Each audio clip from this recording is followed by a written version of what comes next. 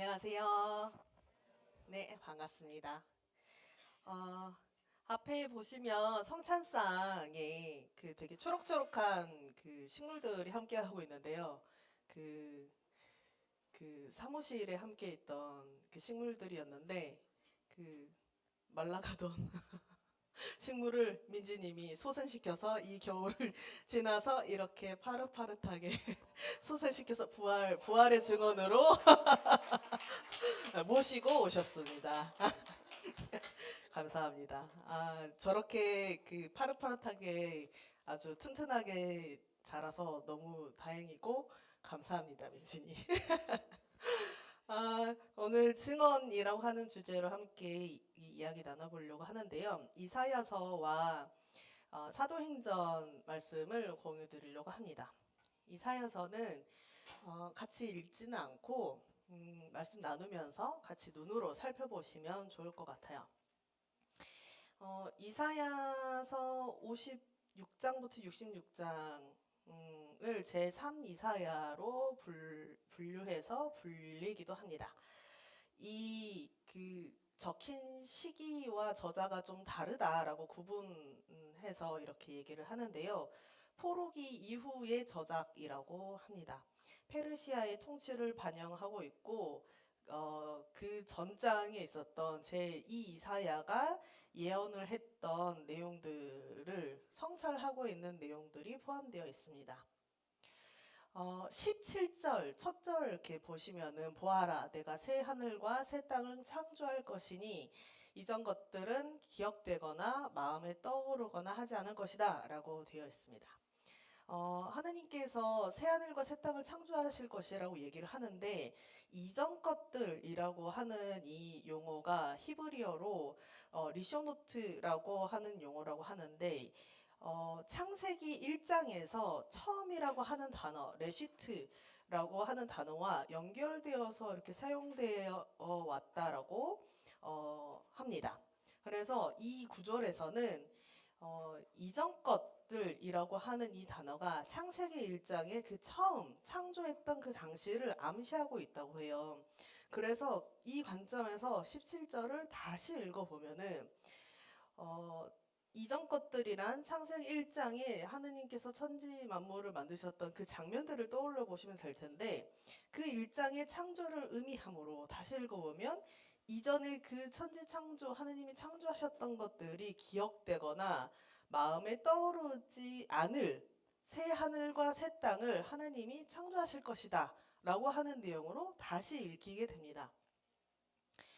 창세기 1장의 그 창조 레시트가 처음 레시트가 기억되거나 마음에 떠오르거나 하지 않을 이 새하늘과 새 땅은 어떤 모습이냐 라고 했을 때 19절 이하로 쭉 설명을 하고 있습니다. 눈으로 보시면서 제가 한번 읽어볼게요. 하느님이 창조하는 새 하늘과 새 땅, 그 안에서는 다시는 울음소리와 울부짖는 소리가 들리지 않습니다. 거기에는 몇 날 살지 못하고 죽는 아이가 없을 것이고 수명을 다 채우지 못하는 노인도 없을 것이라고 합니다. 심지어 100살에 죽는 사람을 젊은이라고 할 것이고 100살을 채우지 못하는 사람을 저주받은 이로 여길 것이라고 합니다. 또 집을 지은 사람들이 자기가 지은 집에 들어가 살 것이고 그 새하늘과 새 땅 새로운 곳에서는 포도나무를 심은 사람들이 자기가 기른 나무의 열매를 먹게 될 것이고 자기가 지은 집에 다른 사람이 들어가 살지 않을 것이고 자기가 심은 것을 다른 사람이 먹지 않을 것이고 하느님의 사람들은 나무처럼 오래 살겠고 그들이 수고하여 번 것을 오래오래 누릴 것이라고 설명하고 있습니다. 그리고 또 하느님의 사람들은 헛되이 수고하지 않고 그들이 낳은 자식들은 재난을 당하지 않을 것이고 또 그들은 주님께 복받은 자손이 될 것이고 그들의 후손도 그들과 같이 복을 받을 것이라고. 그리고 그들이 부르기 전에 하느님 본인이 응답할 것이고 그들이 말을 마치기도 전에 하느님이 내가 듣겠다라고 합니다. 그리고 이 구절 정말 많이 들어보셨을 겁니다. 1이 늑대와 어린 양이 함께 풀을 먹을 것이고 사자가 소처럼 여물을 먹고 뱀이 흙을 먹이로 삼을 것이라고. 하느님의 이 거룩한 산에서는 서로 해치거나 상하게 하는 일이 전혀 없을 것이다 라고 이렇게 설명합니다. 그래서 이 새 하늘과 새 땅을 창조하는 이 전혀 다른 세계는 이와 같을 것이다 라고 얘기를 합니다. 포로기 이후 시기에 흩어지고 모이는 생존한 이스라엘의 정말 다양한 사람들이 새 하늘과 새 땅을 이 제3 이사야에서 구체적으로 제시하면서 꿈꾸고 기도하는 것입니다. 마치 오늘 우리에 있어서 또 다른 의미의 현 상황으로 각각 들려주시는 말씀으로 들리기도 합니다. 새 하늘과 새 땅, 이전에 구축했던 세상과는 전혀 다른 세계를 자세하게 제시하는 것을 우리는 지금 시작하고 있습니다. 새로운 세상을 열어젖히고자 어제도 집회로 모였고 천둥과 번개가 침에도 불구하고 각지에서 각 의제와 상황을 두고서 각 삶의 터에서 애써가고 있습니다. 이전 세상이 기억되거나 마음에 떠오를 수 없을 정도의 새로운 세상을 만들어 가고자 애씁니다. 오늘 우리가 꿈꾸는 세상과 맞닿아 있다라고 묵상을 하게 되었습니다. 그런데 사도행전 말씀을 묵상하면서 제 얄팍한 신앙이 시험이 들게 되었어요. 사도행전에서 베드로가 이렇게 이야기를 합니다. 먼저 요약해서 공유를 드려보자면 예수님을 정치범으로 그리고 십자가에 달아서 아주 잔혹하게 죽게 만든 로마 군대 소속인 백부장까지도 하나님이 받아들이신다 라고 하는 내용이 지금 오늘의 사도행전 본문인데요. 어느 민족 사람이든 하나님은 다 받아주신다 라고 하면서 베드로가 설파하고 있는 장면입니다. 하나님께서는 사람을 외모로 가리지 않으신다고 합니다. 그래서 모든 우리가 예수께서 죽고서 부활하셨던, 그리고 예수께서 디디셨던 그 모든 여정을, 그 행하신 모든 일에 우리가 다 증인이다 라고 이야기합니다.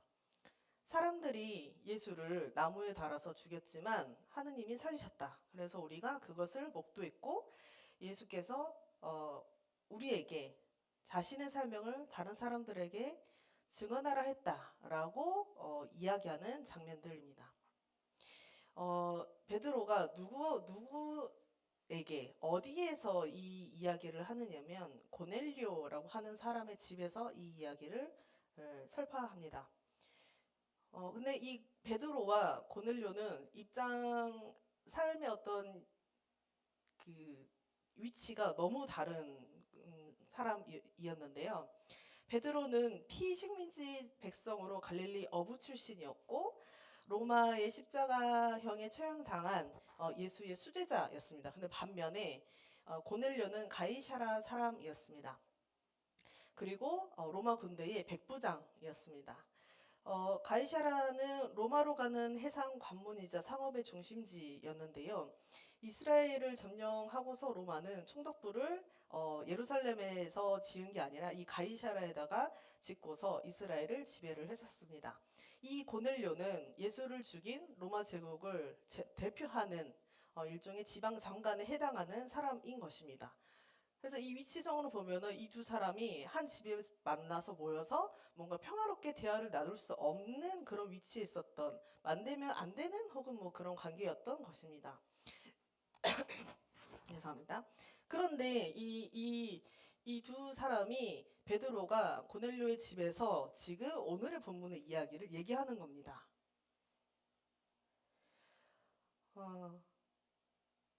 이 로마 군대 소속 백부장까지도 하나님 받으신다. 어느 민족이든 하나님께서 받으신다. 사람을 외모로 판단하지 않으신다. 라고 하는 내용을 이 맥락 가운데서 베드로가 고넬료의 집에서 다양한 사람들이 모이는 가운데서 하는 겁니다. 성서는 이전 10장 초반을 보면은 고넬료를 굉장히 경건한 사람으로 기록을 하고 있어요. 온 가족과 더불어서 하나님을 두려워한 사람이었다고 하고 있고 유대 백성에게 자선을 많이 베풀었다고 하고 늘 하느님께 기도하는 사람이라고 소개합니다. 그래서 온 유대의 백성에게 존경을 받고 있었다고 기록하고 있습니다. 그래서 하느님의 사자, 천사를 고넬료에게 보냅니다. 하느님이. 그래서 베드로를 찾아가라라고 하는 메시지를 주십니다. 그래서 베드로의 집에 사람을 보냅니다. 고넬료가. 그래서 베드로는 그 사람의 이야기를 듣고서 고넬료의 집에 찾아온 상황인 겁니다. 그래서 베드로가 그곳에 모여있던 다른 사람들에게 이렇게 얘기합니다. 유대의 사람으로서 이방 사람과 사귀거나 가까이 하는 일이 불법이라는 것은 여러분도 아십니다. 그런데 하느님께서는 나에게 사람을 속되다거나 부정하다거나 하지 말라고 지시하셨습니다. 그러고서 베드로가 고넬료의 집에서 오늘의 본문을 얘기를 하는 겁니다. 이렇게요. 예수께서 죽음으로부터 다시 살아났다라고 하는 그 선언만으로도 사실 굉장히 깜짝 놀랄 어떤 큰 사건일진데, 베드로는 그 이후에 이스라엘 사람뿐만이 아니라 이방인들까지도, 심지어 지배자로서 군림하였던 로마 군대의 어떤 장군까지도, 원수격인 로마 군대의 백부장에게까지도 이른바 구원의 문이, 해방의 문이 열려있다라고 하는 경험을 지금 이어가고 있는 장면입니다. 저는 이 본문을 묵상을 하면서 도대체 하느님은 어떻게 보면 철천지 원수나 다를 바 없을 수 있는 저 로마 군인을 왜 받아들이시겠다고 하는 맥락으로 베드로와 이 관계를 이어가게 하시는 걸까? 가진 것을 베풀어 줬다고 이스라엘을 점령했던 총독부 백부장 장군을 이스라엘 사람들이 존경한다니 이게 말이 되는가? 이런 고민도 하게 됐고, 또 한편으로 하느님을 두려워하고 기도했다고 한들 그가 로마 군대 백부장 장군으로서의 그 위치에서 가지고 있는 그 원죄는 사라지지 않고 그대로 있는 것이 아닌가? 변함없는 게 아닌가? 도대체 하느님은 왜 그들에게까지 관심을 미치시느냐라고 하는 궁금증이 마구 일었습니다. 그래서 한편으로 역지사지로 생각을 해보자 라고 해가지고 일제강점기를 생각해볼까? 이렇게 사고가 흘러가게 됐어요. 그래서 일제강점기로부터 해방됐을 때, 잠시 해방구가 열렸을 때 그 각 고을마다 어느 지역들은 권력을 쥐고 폭력을 휘둘렀던 이들이 마을마다 혼쭐이 났었었는데, 종종 어느 동네 대지주나 저 대감댁은 일제에 부역하지 않았다더라, 혹은 생존해야 했으므로 좀 소극적이나마 저항을 했다더라, 혹은 소장농이나 마을 사람들에게 볼이 덥던 시기에 곳간을 열어줬다더라, 뭐 이런 상황들이 있어가지고 조금이나마 그 변을 면했다라고 하는 이야기가 떠오르기도 하고, 그래서 별별 생각들이 다 올라오곤 했습니다. 새하늘 새 땅이 창조될 때 이 원수 같은 이들도 새하늘 새 땅을 맞이하게 될 텐데, 왜 구약에서의 또 그때 당시에 인과응보의 전지전능한 하나님이라고 믿었던 구약 성서에 등장하는 하나님은 왜 개입하시지 않을까라고 한 생각까지도 아주 중구난방으로 생각들과 고민들이 올라왔습니다. 또 한켠 생각을 해보니 구축되어가는 새하늘 새 땅에서는 이 전혀 새로운 세계, 정말 다른 이 새로운 세계에서 저 원수 같은 사람들은 더 이상 다른 사람을 울부짖게 만들지 못할 이 전과 너무나도 다른 새하늘 새 땅의 어떤 구조와 혹은 시스템과 전혀 다른 존재로서의 뭔가 거듭나게 되는 여정을 걷는다고 하면, 그들이 이전에는 다른 사람들이 수명을 다 채우지 못하게 하는 어떤 구조, 어떤 환경, 어떤 제도들을 만들지 못하게 되겠구나. 또 다른 사람의 노동력을 사고 팔지 못해서 스스로가 기른 포도나무 열매를 먹어야 하겠구나. 혹은 저 원수가 이윤을 남기겠다고 온갖 규제를 풀어서 재난을 불러일으키게 못하게 되는 환경으로 가겠구나. 혹은 늑대가 어린 양과 뛰어놀고 풀을 뜯어먹는 힘을 쥐고 있는 사람이 새 세상이 된 삶을 살게 되리라고 상상을 해보면, 그러면 또 올 법도 하겠다라는 생각도 드는 겁니다. 원수 같은 이들도 새하늘 새 땅을 같이 맞아야 한다는 거를 생각을 하다가, 사실 뭔가 납득할 수 없는, 저 사람은 납득할 수 없는 어떤 일종의 원수라고 여겨졌던 사람도 그 사람만이 아니라 사실 저 역시도 그 사람과 같이 전혀 다른 존재가 되어가는 여정으로, 거듭나게 되는 그런 여정으로 가게 되는 것이겠구나라고 하는 생각이 퐁퐁 뛰어서 이어졌습니다. 고넬료가 베드로가 고넬료와 사람들에게 우리는 이제 증언자가 되었다라고 얘기를 합니다. 예수의 모든 행적을 우리가 증언하는 증인이 되었고 증언자다 우리가. 고넬료가 과연 그 이후에 무슨 증언을 하고 살았을까 궁금해집니다. 그래서 오늘을 사는 저에게도 묻게 됩니다. 고넬료와 같은 사람도 그 위치에서 뭔가 증언을 하고 살게 되었다라고 베드로가 뭔가 설파하고 있는 이 장면에서, 그러면 그리스도인으로서 살아가는 저는 예수의 제자라고 뭔가 조금이라도 애써가려고 노력하는 사람이라고 정체하는 저로서는, 그럼 나는 무슨 증언을 하고 살아가고 있나라고 돌아보게 됩니다. 예수께서는 2000년 전에 돌아가셨고 우리는 매년 그의 죽음을 기리고 또 부활을 되새김하고 있는데, 도대체 예수께서는 무슨 행보를 내디디셨던가 계속 다시금 곱씹게 되고, 그래서 오늘 나는 또 우리에게 이 시대의 수많은 고넬료들과 그 고넬료가 또 다른 저일 수 있겠고, 무슨 증언을 하라고 하시는 걸까? 우리가 어디서 무엇을 보았는가? 어디서 무엇을 겪었는가? 어디에서 누구와 무엇을 했는가? 왜 그랬는가? 어떻게 그렇게 내가 참여하게 됐나? 나는 누구의 증인인가? 나는 누구의 무엇을 증언을 할 것인가? 나는 어떻게 어디에서 증언을 할 것인가? 나는 무엇을 누구와 누구의 증인으로서 어디서 어떻게 증언을 할 수 있을 것인가? 라고 하는 질문들을 봤는데요.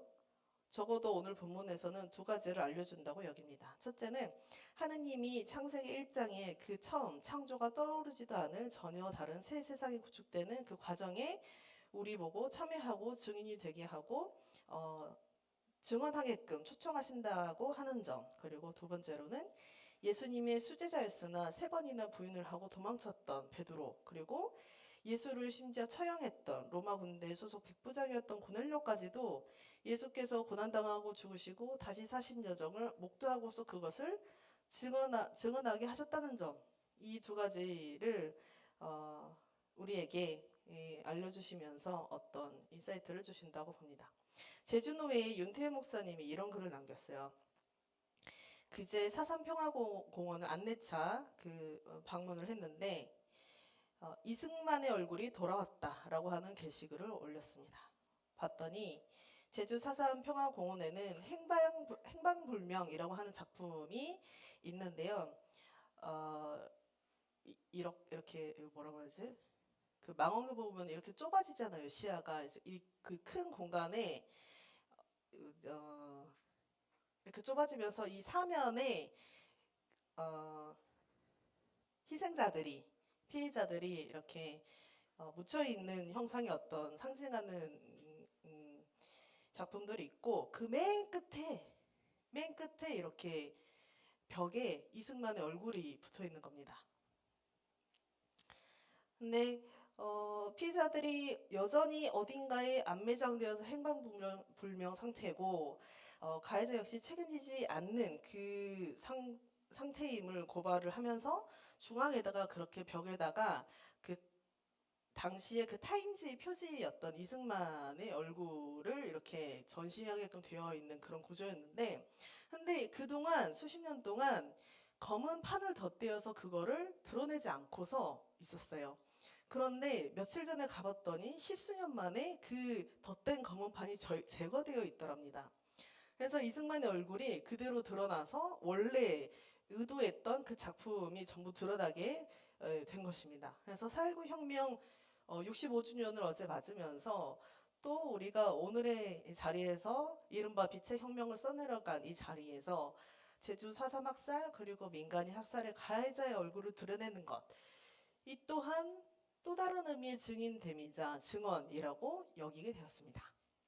예수께서 고난당하시고 시험에 들고 고요한 새벽마다 산에 올라서 피눈물을 흘리며 갈등하고 끝내 십자가의 정치범으로 죽임당하시고 사흘 만에 부활한 그리스도를 되새김하는 오늘 우리는 누구의 증인으로 무엇을 어떻게 증언할까 라고 했을 때 지지난주였던가요? 저희가 함께 잠깐 연습을 해보았었는데요. 짜잔. 오늘은 제가 아주 마음을 먹고 왔습니다. 예배 마치고 혹시 그 SNS에 얼굴이 공개되어도 괜찮은 분들 함께 이곳에 서가지고 저 캠페인을 같이 함께 찍고서 성도울 SNS 계정에 함께 올려서 참여하면 어떨까 싶습니다. 혹시 처음 들으시는 분들 있으실 것 같아서 설명을 잠깐 드리면 한국농인 LGBTQ+에서 나는 게이, 레즈비언, 바이, 트랜스젠더 수어를 사용합니다 라고 하는 캠페인을 하고 있습니다. 수어 사전에 새롭게 업데이트된 수어 사전에 성소수자 관련 수어가 현재 아무것도 수록되어 있지 않아서 그것을 이제 등재해달라라고 하는, 당연히 넣어달라라고 하는 그런 캠페인을 진행을 하고 있고요. 오늘 장애인 인권주의를 또 맞아서 또 우리가 누구의 이웃으로 누구의 증인이 되어서 증언을 하게 될 건가라고 하는 맥락에서 실천하는 한 가지 과제로 우리가 함께하면 좋겠습니다. 그래서 사란톨의 노래 부르고 나서 이 앞으로 모여주시면 좋을 것 같습니다. 함께 침묵으로 기도하시겠습니다.